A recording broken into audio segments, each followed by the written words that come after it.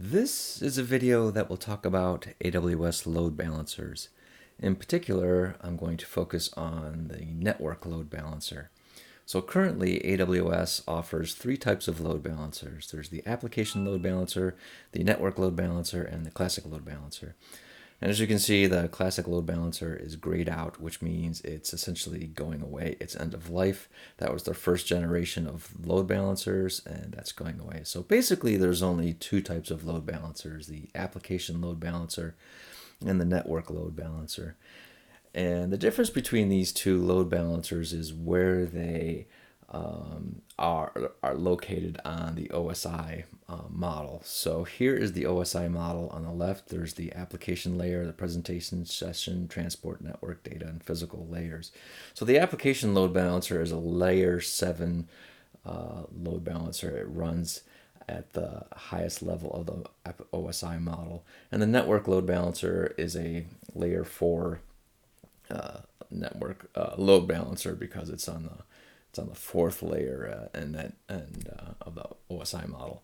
So AWS has these things called security groups, and security groups are basically walls around resources. So for example, you can have a security group around an EC2 instance, and you can have a security group around a load balancer. So in this case, I'm showing that the application load balancer has a security group around it. And so interestingly enough, the network load balancer does not have a security group. And that kind of threw me off for a little bit because when you're configuring load balancers and you're pointing them to EC2 instances, you need to allow the EC2 instance to accept traffic from your load balancer. So how do you do that if the network load balancer doesn't have a security group?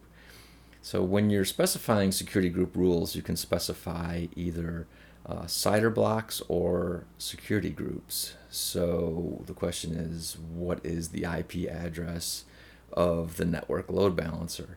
And that's a little bit tricky to find, so I had to do a little bit of digging. So I used the AWS CLI, and I ran an AWS EC2 describe network interface command, which lists all the network interfaces in my account.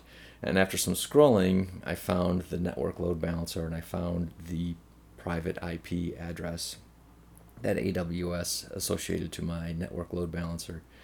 And you can see it right here. So once I had that IP address, I was able to add it to the security group rules around my EC2 instance. So then the network load balancer was able to talk to my EC2 instance on port 5150.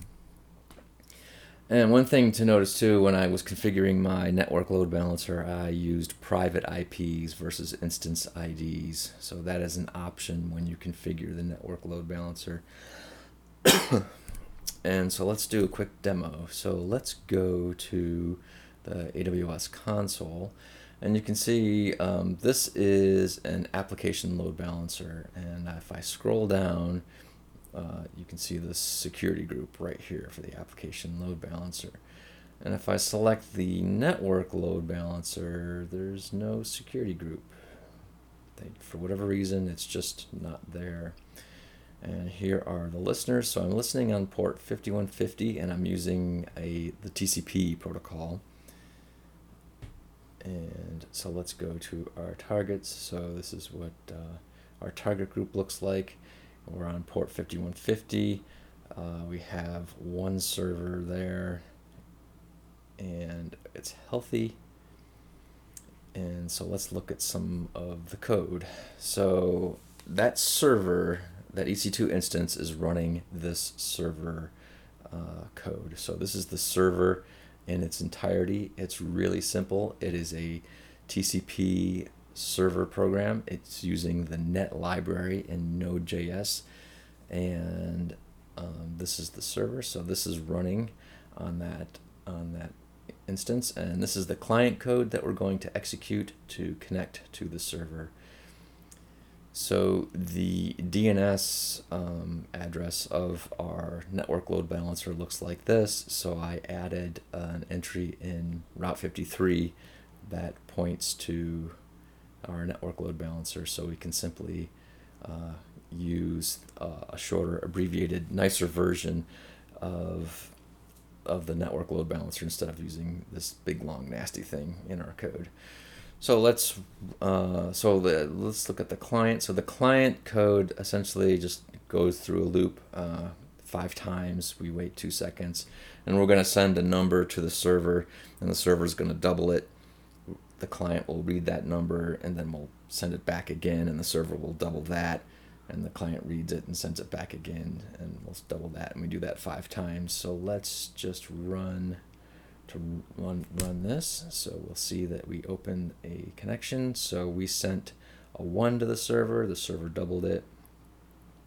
Sending a 2, server doubles that.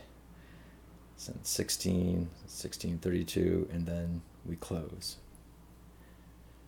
And that is our little TCP network load balancer demo.